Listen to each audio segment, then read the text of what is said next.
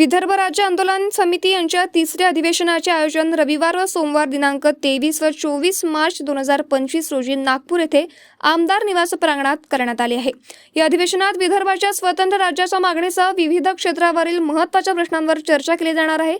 अधिवेशनात संघटनेच्या पदाधिकाऱ्यांसह विविध क्षेत्रातील मान्यवर उपस्थित राहणार असून केंद्र सरकारने विदर्भाला स्वतंत्र राज्याचा दर्जा तात्काळ द्यावा, शेतकऱ्यांची संपूर्ण कर्जमुक्ती केंद्र सरकारने करावी, अन्नधान्यावरील जीएसटी रद्द करण्यात यावा, बडनेरा, कारंजा, मंगरुळपीर, वाशिम आणि खामगाव जालना रेल्वे मार्गास मंजुरी व निधी मिळावा, शेतीपंपाच्या थकीत वीज बिलाची संपूर्ण माफी करण्यात यावी, कापूस व सोयाबीन पिकाला भावांतर योजना लागू करावी, अतिवृष्टीमुळे झालेल्या पीक नुकसानीची भरपाई तात्काळ मिळावी, साप चावल्याने मृत्यू झाल्यास इतर वन्यजीवांप्रमाणे मदत द्यावी, मेळघाट विद्यापीठ तात्काळ स्थापन करावे, बल्लारपूर सुरजागड येथे रेल्वे मार्गास मंजुरी व निधी उपलब्ध करून द्यावा, या प्रमुख मागण्यांवर ठराव संमत करण्यात येणार आहे। या अधिवेशनाच्या माध्यमातून विदर्भाच्या विकासाच्या दृष्टीने ठोस भूमिका घेऊन आंदोलनाची पुढील दिशा ठरली जाणार आहे। विदर्भातील नागरिकांनी या अधिवेशनास उपस्थित राहावे असे आवाहन संघटनेच्या वतीने करण्यात आले आहे।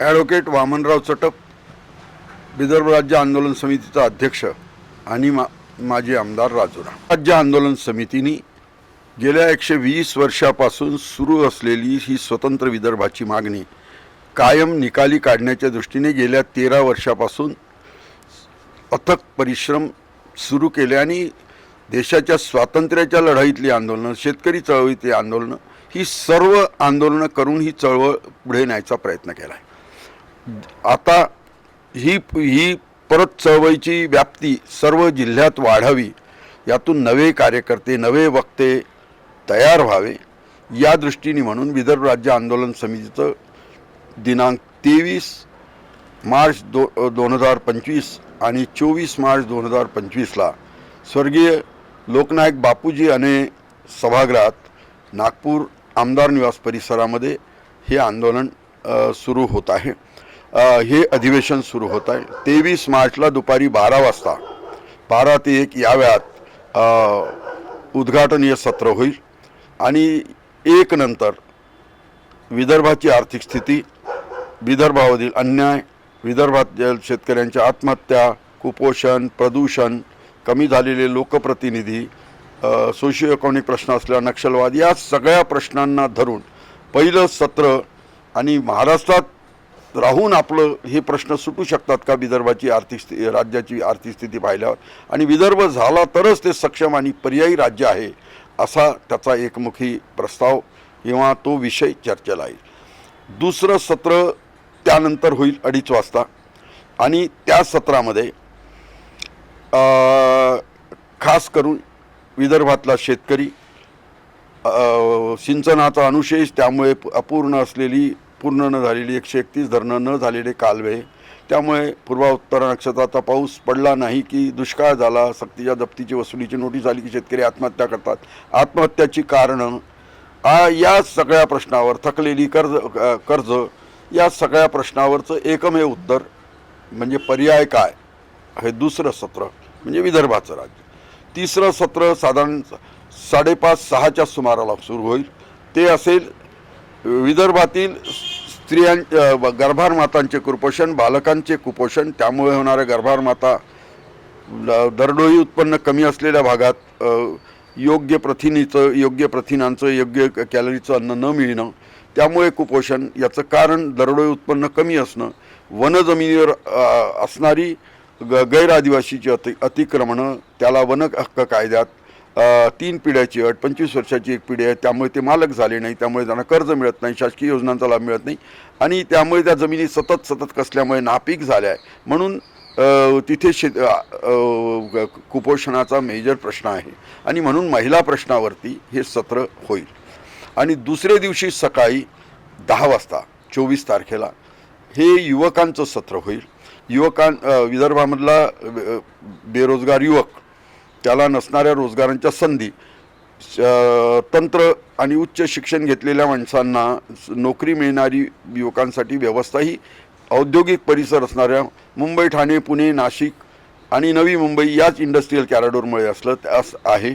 त्यामुळे विदर्भातलं चाललेलं स्थलांतर, कमी झालेले लोकप्रतिनिधी, त्यामुळे या सगळ्या प्रश्नावर 64 वर्षात उत्तर न मिळाल्यामुळे सोशिओ इकॉनॉमिक प्रश्न असणाऱ्या नक्षलवादांकडे युवकांचा असलेला कल, या सगळ्या प्रश्नावर चर्चा होईल. आणि या सगळ्या प्रश्नाचं उत्तर काय, तर विदर्भाचं स्वतंत्र राज्य. 4 सत्रामध्ये, उद्घाटनीय सत्रामध्ये झालेल्या सगळ्या चर्चाचं सार हे 24 तारखेला दुपारी 1:30 वाजता खुलं अधिवेशन होईल. आणि खुलं अधिवेशन हे सगळ्यांसाठी खुलं असेल. पहिल्या 1.5 दिवसाचं प्रतिनिधी असेल आणि सगळ्यांना खुलं असेल. आणि यामध्ये सगळ्या ज्या म्हणून विदर्भवादी संघटना आहे, ज्या म्हणून विदर्भवादी चळवळी आहे, त्या सगळ्या चळवळींच्या, विदर्भवादी संघटनांच्या, पक्षांच्या नेत्यांना आम्ही व्यासपीठावर बोलवतो आणि प्रत्येकजण आपापली त्यांची विदर्भ निर्मितीबाबतची भूमिका मांडेल.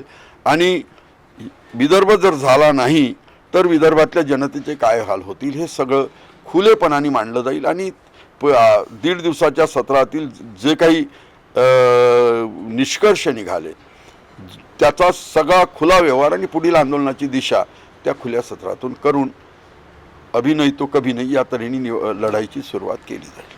विदर्भाची स्वातंत्र्याची लढाई आहे, कारण पारतंत्र्यामध्ये नागरिकांच्या हक्काचा संकोच होतो, व्यक्ती स्वातंत्र्यावर बंधनं येतात आणि असं म्हणतात की पारतंत्र्यातलं जिणं हे गुलामीचं आहे. आणि गुलाम काय म्हणतो, जू बैसले मानेवरी, चाबूक हा पाठीवरी.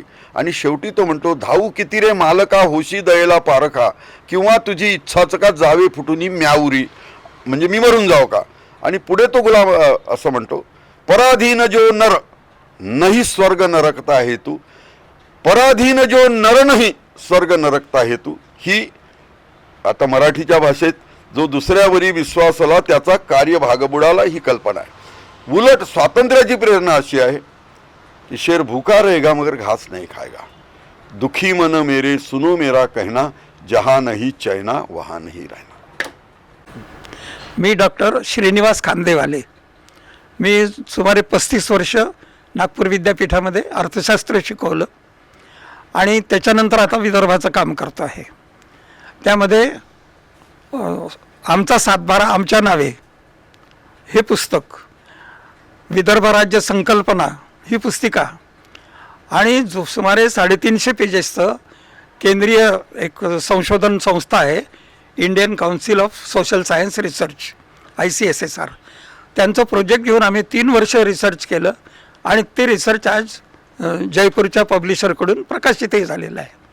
तर त्यामुळे हे आम्ही या प्रकारचं काम करत राहतो किंवा विदर्भाबद्दलची माहिती विश्लेषण करून लोकांच्या पुढे मांडणं, आणि तोच आमचा उद्देश या 2 दिवसाच्या परिषदेमध्ये आहे.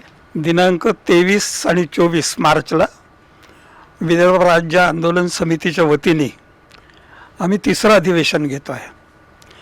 याच्या आधी आम्ही 2 अधिवेशनं घेतलीत. त्याचा एक फायदा असा होतो की आम्ही खेड्यापाड्यापासूनच्या लोकांना सदस्यत्व देतो. म्हणजे आम्ही याच्या आधी प्रतिरूप विधानसभा घेतली तर मग एक तालुका जर रिझर्व्ड असेल महिलांसाठी तर आम्ही आमच्या कार्यकर्त्यांपैकी महिलेला सदस्य करतो. एक SC असेल तर आमच्या मेंबर्सपैकी SCला ते देतो. असं करून ती विधानसभा आम्ही भरवतो. यंदा आम्ही अधिवेशन या दृष्टीने भरवणार आहोत की जनतेचे जे हाल सुरू आहेत सध्या त्याला काही माप नाही आहे, त्याला मोजमाप काही नाही आहे आणि त्याच्याकडे लोकांचं लक्ष वेधावं. त्याच्यामध्ये सरकार आणि आम्ही विदर्भ मागणार आहे, आमच्यात थोडीशी टसल चालू असते की उदाहरणार्थ सरकारने लाडकी बहीण योजना आणली तर त्याच्यामध्ये अनेक लोकांचे गैरसमज होऊन लोक ते पैसे घेऊन आपलं गुपचूप बसतात. आम्हाला पाहिजे की प्रत्येक नागरिकाने जागृत होऊन आपला अधिकार मागावा. आता याच्यामध्ये मूलभूत भूमिका अशी आहे की महाराष्ट्र राज्य तयार होत असताना त्याच्या आधीच कदाचित 1954 राज्य पुनर्रचना आयोग संपूर्ण देशाचा केंद्र सरकारने गठीत केला होता. त्या राज्य आयोगाने, पुनर्रचना आयोगाने महाराष्ट्राचा मुद्दा विचारात घेतला तर मुंबई कोणाची हा भाग चालू होता, विदर्भ कोणाचा हा भाग चालू होता. तर ज्या कॉन्टेस्टिंग पार्टीज होत्या त्यांना सांगितलं की तुम्ही आपली अधिकृत आकडेवारी घेऊन आम्हाला तुम्ही निवेदन द्या. त्याच्याप्रमाणे निवेदनं दिलीत. आज लोकांना आश्चर्य वाटेल की तुम्ही आजही रिपोर्ट पाहतो, states reorganisation commission report original, त्याच्यामध्ये असं म्हटलेलं आहे की त्यावेळेला गुजरात हे मागत होतं मुंबई, पश्चिम महाराष्ट्र मागत होतं मुंबई, आणि हे सगळे बॉम्बे इलाक्याचे भाग होते, बॉम्बे कॉन्स्टिट्युएन्सी प्रेसिडेन्सीचे. त्यांनी असं म्हटलं की Gujarat by itself is a deficit state and western Maharashtra by itself is a deficit state. फक्त मुंबई आणि सबर्बन एरिया हा सरप्लसमध्ये आहे आणि विदर्भ सरप्लसमध्ये आहे. हे डॉक्युमेंटेड आहे. लोकनायक बापूजी अणेंनी जे निवेदन दिलं 73 पेजचं, त्याच्यामध्ये ही आकडेवारी दिलेली आहे. आणि त्यामुळे हे आकडेवारीने सिद्ध झालं की त्यावेळेला आपण सरप्लसमध्ये होतो. आणि म्हणून मग स्टेट्स रिऑर्गनायझेशन कमिशनने म्हटलं की बा आम्ही मुंबई देतो आणि विदर्भ देतो. तर त्यावेळेला ते भाषेवरून हे झालं की बाबा यांनी मुंबई महाराष्ट्रापासून तोडायचा प्रयत्न केला, विदर्भ आमचाच आहे, आम्हाला देत नाही वगैरे, तो भाग झाला. परंतु त्यांनी सरप्लसच्या दृष्टीने पाहिलं की राज्य सुव्यवस्थित चालण्यासाठी जे इन्कम सफिशियंट पाहिजे ते त्यावेळेला बॉम्बे सबर्बन एरिया आणि विदर्भ यांच्याजवळ होतं. म्हणून त्याच वेळेला त्यांनी रिकमेंडेशन केली विदर्भाची. मग ती बाजूला टाकून महाराष्ट्र तयार केला गेला. आणि मग महाराष्ट्र तयार गेल्यानंतर त्याचा अर्थ काय होतो, लॉमध्ये काय होतं की दोन पार्टी जेव्हा ॲग्रीमेंट करतात, ते नागपूर ॲग्रीमेंट आहे, ते ॲग्रीमेंटचा अर्थ असा होतो की त्याच्या ज्या अटी आहेत त्या कोणत्याही एका साईडनी न पाळल्या गेल्या तर ते ॲग्रीमेंट हे नल अँड व्हाईड असं होतं. आम्ही असं म्हणतो ना, आपण असं म्हणतो विदर्भाचे लोक, किंवा आम्ही तर आमच्या नद्या, समुद्र, पहाड, शेती हे सगळं घेऊन तुमच्यामध्ये सामील झालो. तुम्ही म्हटलं प्रमाणशीर रेव्हेन्यू देऊ तुम्हाला विकासाला, तुम्ही आता देत नाही. ॲग्रीमेंट कोणी मोडलं? ॲग्रीमेंट जर तुम्ही मोडलं तर आम्ही त्याला बांधील नाही. आणि बांधील नाही म्हणजे आमची मागणी एवढीच आहे की आम्हाला विदर्भ राज्य वेगळं पाहिजे. तर स्टेट्स रिऑर्गनायझेशन कमिशन हे इंडिपेंडंट होतं. कोणी विदर्भाचा माणूसही त्या कमिशनमध्ये नव्हता. हा एक भाग झाला. दुसरं, आंबेडकरांनी त्यावेळेला हा प्रश्न महाराष्ट्राचा हाती घेतला. त्यावेळेला त्यांनी असं म्हटलं की मुंबईसारख्या ठिकाणाहून तुम्ही 800-900 किलोमीटरवरचा विदर्भ हा ॲडमिनिस्टर करू शकणार नाही, कार्यक्षमतेने प्रशासन करू शकणार नाही, म्हणून विदर्भ वेगळा असला पाहिजे. लिखित आहे बरं हे सगळं. मग दांडेकर समिती होती, ती 1983 अपॉइंट झाली बॅकलॉग शोधून काढण्यासाठी. त्या दांडेकरांनी 1994 लिहिलं, आमच्या या पुस्तकामध्ये आहे बरं का, 7-12 2-3 पेजवरच आहे. दांडेकरांचं स्वतःचं सहीचं पत्र. He was a great professor of economics and statistics, माझे गुरु पण होते ते. त्यांनी असं लिहिलं की मला स्पष्टपणे वाटतं की हे जे बोर्ड्स आहेत, डेव्हलपमेंट बोर्ड्स, त्यांनी प्रश्न सुटणार नाही, त्यांनी प्रश्न कॉम्प्लिकेट होईल, म्हणून महाराष्ट्राचे 2 ते 3 राज्य व्हावीत आणि विदर्भ त्याच्यात आहे. मग बापूजी अणेंचं यांना मान्य नाही, राज्य पुनर्रचना आयोगाचं मान्य नाही, आंबेडकरांचं मान्य नाही, दांडेकरांचं मान्य नाही, आणि आम्ही मागतो आमचंही मान्य नाही. अरे पण तुम्ही आर्ग्युमेंट तर सांगा. कोणाचंच तुम्हाला मान्य नाही तर तुम्ही तुमचं आर्ग्युमेंट सांगा ना, की बा हे आर्ग्युमेंट आहे तुम्ही चूक आहे. त्यामुळे या इतक्या मोठ्या विचार करणाऱ्या थोर लोकांनी सुद्धा विदर्भ राज्य स्वतंत्र व्हावं असं म्हटलं. ते मुळामध्ये सरप्लस होतं. आज आता ते सरप्लस कुठे गेलं आणि आम्ही जी चळत म्हणतो आपण प्रदेशांची, त्याच्यामध्ये विदर्भ सगळ्यात खाली आहे. ही परिस्थिती कशामुळे आली? तर तुमच्यामुळे आली.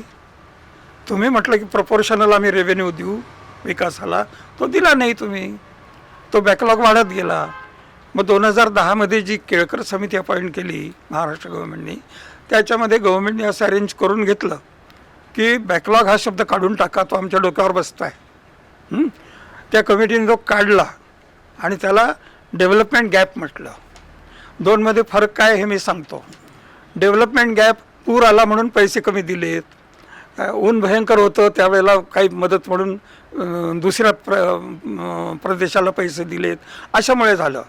आणि बॅकलॉगमध्ये असं होतं की तुम्ही हा रस्ता बांधून देणार, तुम्ही काही कारणास्तव नाही बांधून दिला तर आमचा तो पैसा तो तुमच्याजवळ आहे आणि तो आमचा अधिकार आहे. म्हणून बॅकलॉगचा पैसा मिळणं हा आमचा अधिकार आहे. तर त्यांनी तो बॅकलॉग शब्द काढून घेतला आणि डेव्हलपमेंट गॅप म्हटले. तर डेव्हलपमेंट गॅप म्हणजे कोणी खाली झालं, कोणी वर झालं, गॅप वाढली ती, म्हणून ते चूक आहे आमचं म्हणणं आहे. आता पलीकडचा प्रश्न येतो की आता जसं ही वैनगंगा आहे, त्याचं जे आपलं प्रोजेक्ट आहे, तर ते प्रोजेक्ट अजून पूर्णच व्हायचं आहे. गोसीखुर्दचं कोयना नदीचं प्रोजेक्ट महाराष्ट्र झाल्यानंतर 8 वर्षात पूर्ण झालं. त्याला स्वतंत्र विभाग, डिपार्टमेंट, त्याला स्वतंत्र मंत्री आणि त्याला स्वतंत्र बजेट, हे करून 8 वर्षात झालं. आणि आमचं हे 64 वर्ष चालूच आहे. म्हणजे तुम्ही आपल्या भाषेच्या आधारावर आपण भाऊ भाऊ आहोत असं म्हटल्यानंतर तुम्ही जर 60-60 वर्ष हे प्रश्न सोडवत नसाल तर लोकांनी कसं थांबायचं? मग हा प्रश्न असा येतो की औद्योगिकरण किती आहे, तर सगळे उद्योगपतीच म्हणतात हे आमच्या तोंडाला पानं पुसणं सुरू आहे, महाराष्ट्र गव्हर्नमेंट आम्हाला काही जबाब देत नाही आणि ते काही होत नाही. शेतीकडे लक्ष म्हटलं तर पूर्ण 8 त्या 4 जिल्ह्यांमध्ये देशातली सगळ्यात जास्त आत्महत्या होऊन राहिल्यात. मग शेती गंडाळली आहे, उद्योग गंडाळलेले आहेत, सर्व्हिस सेक्टर मोठ्या प्रमाणावर येत नाही, तर आमच्या रोजगार कुठून मिळेल मुलांना? आणि रोजगार नाही मिळाला तर काय भयानक परिस्थिती होऊन राहिली ते सांगतो की परिवार तुटून राहिलेत. मुलं यंदा जातात पुण्या मुंबईकडे नोकरी करतात आणि ते नोकरीला लागले की आईवडील दुसऱ्या वर्षी तिथे जातात, घरं मोडलीत. आज जे विदर्भाच्या लोकांचं भवितव्य मुंबईतली ब्युरोक्रेसी ठरवते आणि विदर्भाच्या बाहेरचे मंत्रीगण ठरवतात, तसं तर नाही होणार. इथे आमचे लोक कमी जास्त शिकत राहतील. आज कारखानदारांच्या याच्यासमोर काही निवेदन करायचं असलं तर आमच्या वतीने मुंबईतच केलं जातं. आमच्या लोकांना निवेदन काय हेच कळत नाही. तर निदान आपला विकास आपण करायचा आहे म्हटल्यानंतर ती जबाबदारी तर येईल, ती शिक्षण ते होईल त्याचं पॉलिटिकल. आणि त्याच्यामुळे एका प्रदेशाकडे पूर्ण दुर्लक्ष होणं आणि मग त्याच्यात हे अशी पाहिली जातात, कारणं अशी सांगितली जातात की तुम्ही ना आम्ही विश्वास नाही ठेवणार. स्वतंत्र विदर्भ राज्याच्या आंदोलनाला, मुवमेंटला सतत पाठिंबा देणारे शंखनाद चॅनल यांचं मी इथे आभारी आहे की मला या स्टुडिओमध्ये बोलवण्यात आलं आणि मी विदर्भाच्या मुद्द्यावर काही माझा विचार सांगू इच्छितो. प्रयोजन असं आहे की 23 आणि 24 तारखेला आमदार निवासमध्ये स्वतंत्र विदर्भ राज्य का आवश्यक आहे आणि का झालं पाहिजे ह्या विषयावर 2 दिवस परिसंवाद ठेवला आहे. त्या अनुषंगाने मी इथे सुनील चोखारे, विदर्भ राज्याचा समर्थक आणि एक वैचारिक मांडणी करणारा कार्यकर्ता म्हणून इथे बोलू इच्छितो. या अगोदर काही प्रमुख आमचे जे आहेत संघटनेचे त्या लोकांनी ऑलरेडी माहिती दिलेली आहे आणि विदर्भ राज्यावर सखोल अभ्यास करणारे अनेक लोक आहेत. मी त्यात नाव घेईल पहिले डॉक्टर उखळकरांचं, आमच्या वडिलांचं डॉक्टर शंकरराव चोखारे, नासिकराव तिरपुडे आणि मग ब्रिजलाल बियानी, बापूजी अणे, जामवंतराव धोटे आणि आज जे आंदोलनचं नेतृत्व करतायत असे वामनराव चटप. तर यात फार असे क्लिष्ट मुद्दे नाही आहेत आणि आम्ही काही वेगळं काही मागत आहे असं मला वाटत नाही, कारण ही मागणी फार जुनी आहे. ब्रिटिश सरकार असताना वाशिममध्ये एक रेल्वे लाईन होती आणि त्या रेल्वे लाईनचा उपयोग कापसाची ती ट्रान्सपोर्टेशन होत असे आणि तो कापूस इंग्लंडला जात असे आणि तिथून कपडे बनवून विदर्भात किंवा देशभर ते विकल्या जात असे. ती आता लाईन मातीच्या खाली गेलेली आहे, रेल्वे लाईन. आणि काल परवा एक कैलाश नागरे म्हणून बुलढाण्याच्या युवकांनी 43 वर्षाचा युवक आहे, शेतकरी, ज्याला महाराष्ट्र सरकारने सन्मान केला होता की यांनी एक आधुनिक शेतीचे प्रतीक म्हणून त्याचा सन्मान झाला आणि त्यांनी आत्महत्या केली 4 पैनी पत्र लिहून. त्यावेळी मला अनुभूती झाली की आम्हाला विदर्भाच्या राज्याच्या मुवमेंटसाठी आम्ही का लढतोय आणि चांगलं वाटतंय की मी त्या मुवमेंटमध्ये सहभागी आहे. मी एक अभ्यासक आहो आणि मी तुम्हाला 2 जास्त मुद्दे मी सांगणार नाही, फक्त एवढंच म्हणेल, जे बाळ ठाकरे नेहमी म्हणायचे की बिहार आणि यूपीचे लोंढे महाराष्ट्रात का येतात, तसंच विदर्भातले लोंढे कुठे गेले असा प्रश्न आमच्या फडणवीस सरकार आणि मोदी सरकारला आहेत. कारण आमचं 1 खासदार कमी झाला आणि 4 आमदार कमी झाले. याचा अर्थ विदर्भात येणारे पैसे, कारण एका खासदाराला त्याचा MP लॅड फंड म्हणतो, तो कमी झालेला आहे आणि आमच्या लोकांचं प्रतिनिधित्व कमी झालेलं आहे. आमचे 11 जिल्हे 11 खासदार होते, आता 10 खासदार झालेले आहे आणि हे लोकांचं अतिशय विदारक दृश्य. रोज शेतकऱ्यांच्या 7 आत्महत्या, त्यापैकी विदर्भातनं 4-3 होतात आहे. हे केंद्र सरकार आणि फडणवीस सरकार, महाराष्ट्र सरकार ह्यांना ते दिसत नाही की काय, असा प्रश्न निर्माण होतो. परंतु असो, यांनी स्वतः आमच्या आंदोलनात भाग घेतला होता, फडणवीस, मुनगंटीवार या साहेबांनी, आणि विदर्भाच्या मागणीनंतर भारतीय जनता पार्टीचं सरकार आता 132 आमदार घेऊन निवडून आलेलं आहे. आणि आम्ही त्यावेळी धोटे साहेब जिवंत होते त्यावेळी आम्ही समर्थन केलं होतं की बा हे आम्हाला जर राज्य देत असतील तर आम्ही BJPला समर्थन करतो. आज अशी वेळ आली आहे की युवकांना रोजगार नाही, शेतकऱ्यांच्या आत्महत्या होत आहे, आमची इलेक्ट्रिसिटी महाराष्ट्रात जाती आहे आणि आम्ही इथले लोक रोजगारासाठी तडपतो आहे. जमिनीवरची परिस्थिती अतिशय नाजूक आहे आणि हे जर मोदी आणि सरकार समजत नसेल तर आम्हाला आंदोलन आणि हे चालू ठेवण्याशिवाय पर्याय नाही. मी ह्या कट्टर विदर्भवादी म्हणून मला लोक कोणतीही ऑफर नाही, कोणत्याही पक्षाची ऑफर मला येत नाही, कारण ते म्हणतात की हा पागल माणूस आहे, याला का ऑफर देऊन काय फायदा नाही.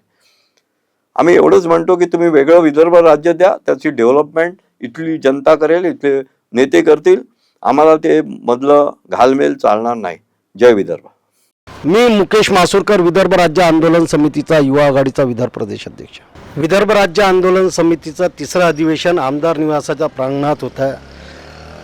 कर्जबाजारी महाराष्ट्रात राहून विदर्भाच्या युवकांचे स्वप्न पूर्ण होऊ शकत नाही, त्यांना नोकऱ्या मिळू शकत नाही, त्यांच्या उद्योगांची इथे काहीच चर्चा नाही आणि उलट त्यांचं स्थलांतरण होतं, पलायन होतं. त्यामुळे आज तुम्ही पाहता विदर्भातला 1 खासदार आणि 4 आमदार कमी झाले आणि त्यामुळे आज विदर्भाची निधीसुद्धा कमी झाली आहे आणि आज परिस्थिती अशी आली आहे का विदर्भात युवकांसाठी कुठेच राम म्हणून काहीच नाही आणि अशा ह्याच्यात वेगळा विदर्भ हाच एकमात्र पर्याय आहे आणि त्याकरता 23 आणि 24 तारखेला विदर्भ राज्य आंदोलन समितीचं अधिवेशन नागपूरच्या आमदार निवास प्रांगणात होत आहे आणि त्या प्रांगणात हजारोच्या संख्येने युवकांनी यावं, कारण युवकांनी आपल्या स्वप्नांची पूर्ती करून घेण्याकरता ह्या आंदोलनात आता उतरलं पाहिजे. विदर्भ काय काय पाहिजे हे समजून घेतलं पाहिजे, हे त्याकरता अभ्यासपूर्ण अधिवेशन आहे. जय हिंद, जय विदर्भ. नमस्कार, मी प्रशांत अनिल नखाते, विदर्भ राज्य आंदोलन समिती नागपूर जिल्हा अध्यक्ष. आता हल्ली येणाऱ्या 23 आणि 24 तारखेला विदर्भ राज्य आंदोलन समितीद्वारे मोठे अधिवेशन ठेवले आहे आणि त्या अधिवेशनामध्ये जास्तीत जास्त युवकांनी यावे आणि विदर्भ का वेगळा विदर्भ का हवा आणि एवढे सारे लोक का बरं क्रांतिकारी बनून विदर्भाची माग करत आहे हे पाहण्याकरता आपण सर्वांनी यावे।